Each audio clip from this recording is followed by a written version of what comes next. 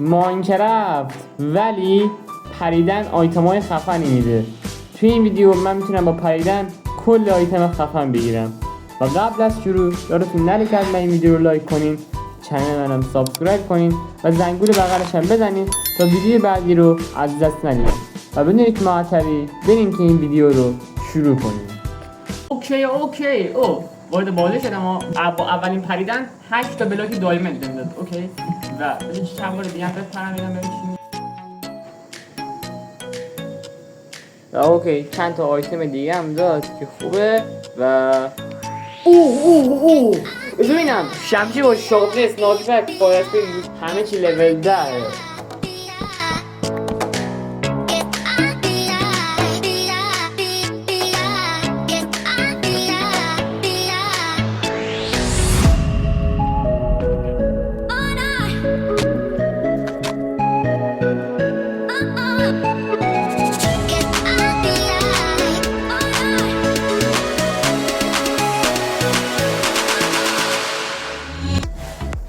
این از آیتم هایی که گرفتم و برای اینکه دوباره با پریدن آیتم نگیرم بعد این مود رو حذف کنم و دوباره برولود کنم.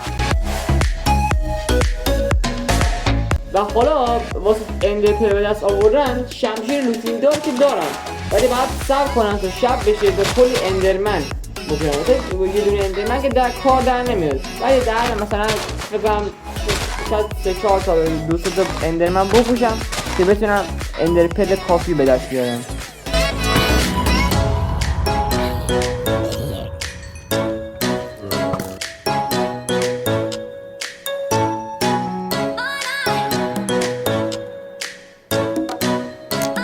و اندرمن که پیدا نکردم، ولی بریم ندر سر اونجا پیدا کنم. و اوکی توی بایوم اندرمن ها اسپان شدم و همینجا کلی اندرمن بکشم.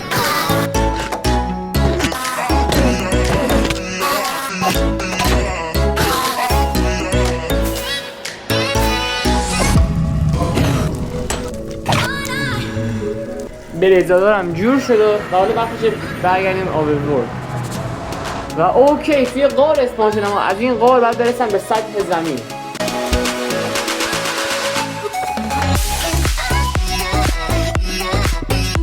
و این هم از اندر آیا یه دونشون رو بزنم. بریم سمت استرانگ هولد.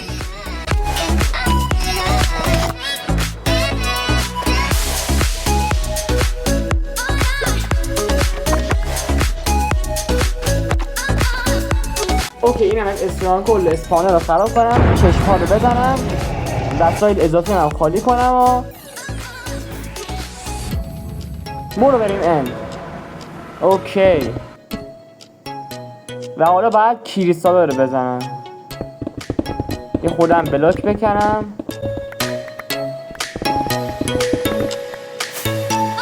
اوکی برو بریم تو کار کریستالا.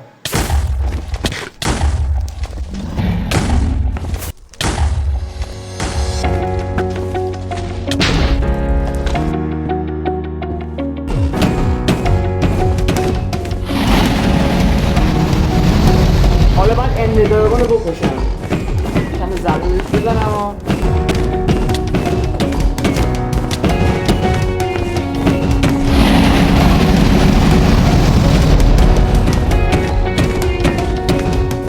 اوکی جونش حسابی کم و مرد. اوکی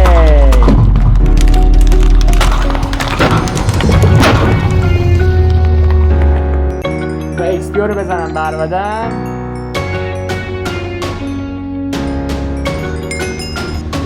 و حالا وقتی که به نمایان میکنم.